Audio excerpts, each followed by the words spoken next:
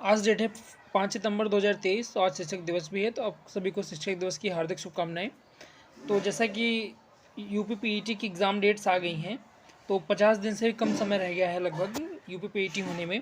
तो हम सभी को अपनी तैयारी तेज़ करनी होगी। तो उसमें आज हम कुछ जीके के महत्वपूर्ण क्वेश्चंस करेंगे।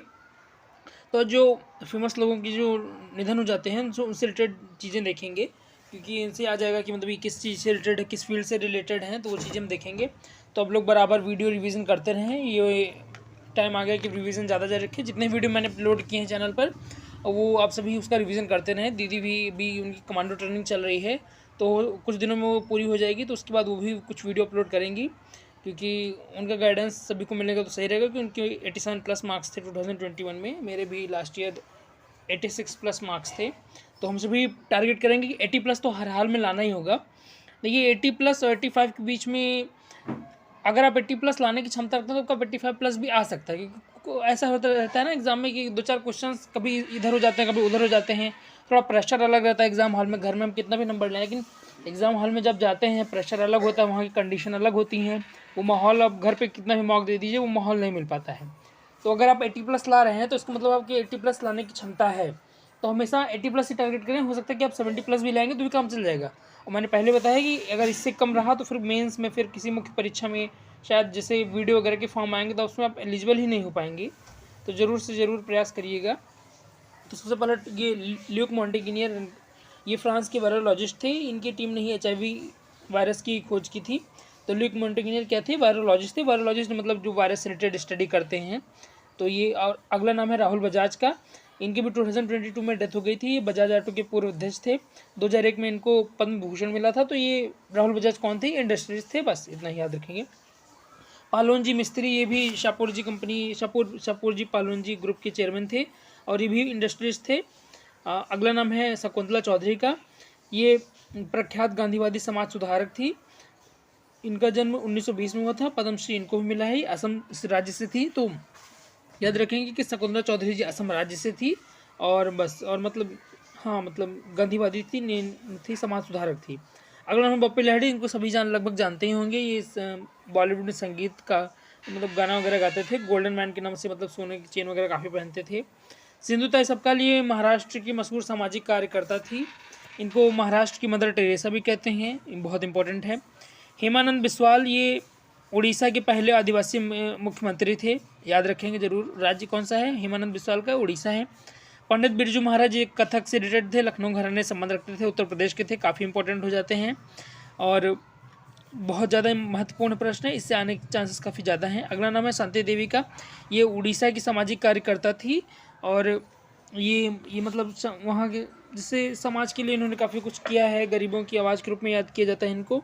अब नेक्स्ट पेज पर अगला नाम है केन तनाका का। ये विश्व की सबसे बुजुर्ग महिला थी, जापान देश की थी, 119 साल की थी और इनकी भी डेथ हो गई है। कृष्ण कुमार कुनाथ के ये बॉलीवुड गायक थे। के काफ़ी गाने मशहूर हैं। कोलकाता में इनका हार्ट अटैक से निधन हो गया था, तो ये पूछा सकता है। तो ये गीतकार थे। अगला नाम है मिलिना साल्वनी का।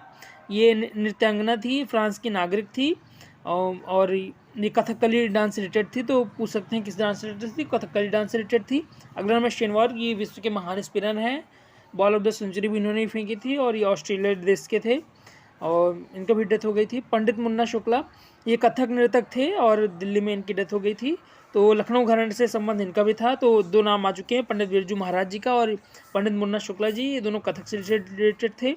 अगला नाम है पंडित शिव कुमार शर्मा के। ये संतूर वादक थे। भजन सोपोरी भी उनकी भी डेथ हो गई थी, वो भी संतूर वादक थे। और ये दोनों लोग का मतलब काफ़ी इंपॉर्टेंट याद रखेंगे। एंड्रू सैमेंट से भी ऑस्ट्रेलिया के क्रिकेटर थे, इनका कार एक्सीडेंट में डेथ हो गई थी।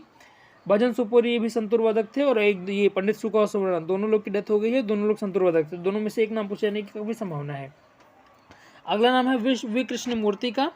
ये इस्पात company steel authority of India से रिलेटेड थे, मतलब इंडस्ट्रियलिस्ट थे। इनको father of public sector undertaking कहा जाता है। तो ये महत्वपूर्ण हो जाता है। वी कृष्ण मूर्ति नाम याद रखेंगे।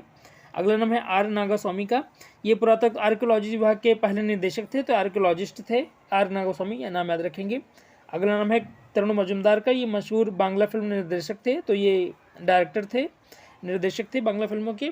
अगला नाम है पी गोपीनाथन नायर का। ये केरल की गांधीवादी विचारक थे, स्वतंत्रता सेनानी भी थे। तो ये केरल के थे, तो ये इसे याद रखेंगे। नेक्स्ट पेज पे आ जाएंगे।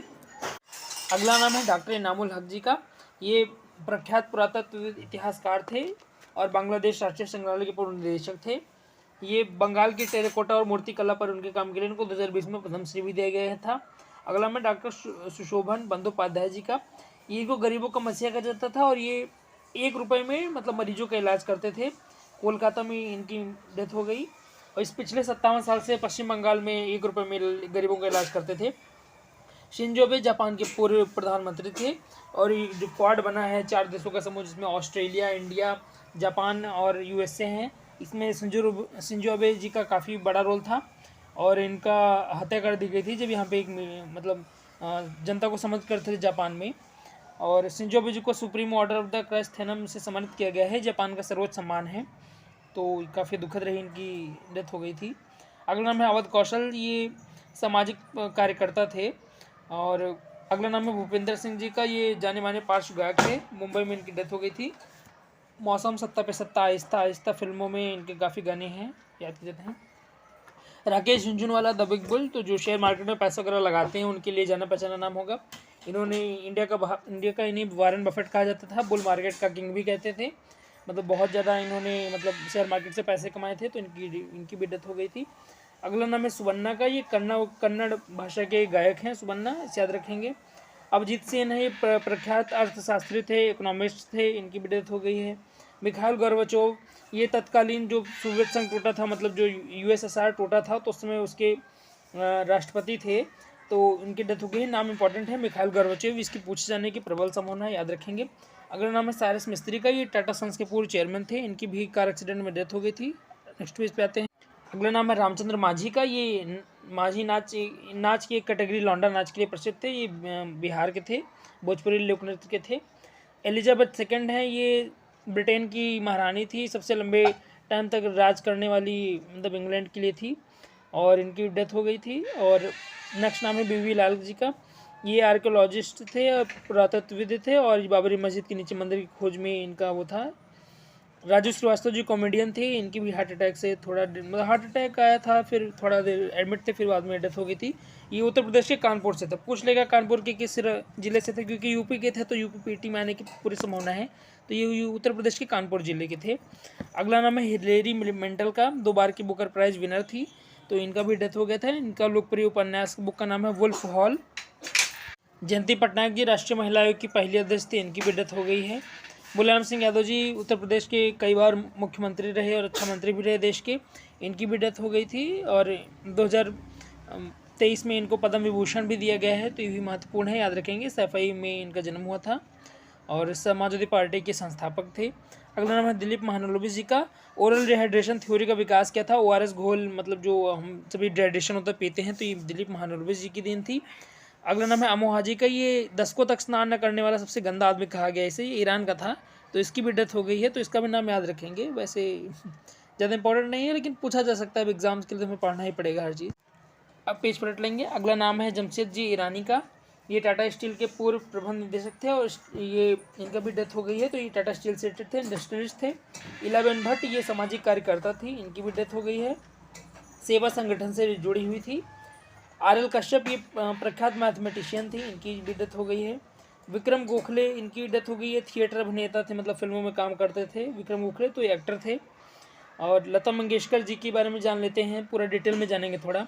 इनकी 6 फरवरी 2022 को डेथ हो गई थी। काफ़ी महत्वपूर्ण रहेगा क्योंकि ये बहुत मतलब आज शायद ही कोई होगा जो इनके गाने नहीं सुना हो या फिर इनको नहीं जानता हो। और इनके बारे में अवार्ड जान लेते हैं कि इनको 3 बार राष्ट्रीय अवार्ड मिला है, 1972, 75, 1990 में। कई बार फिल्म फेयर भी ना, उसकी तो गिनती ही नहीं है। 1910 में इनको दादा साहब फाल्के अवार्ड मिला था। 2001 में इनको भारत रत्न मिला था, लेकिन भारत रत्न प्राप्त करने वाली ये दूसरी गायिका थी, याद रखेंगे। पहली गायिका MS सुब्बुलक्ष्मी थी जिन्हें भारत रत्न मिला था, तो ये कन्फ्यूजन क्वेश्चन कर सकता है। तो सेकंड गायिका थी, पहली थी MS सुब्बुलक्ष्मी।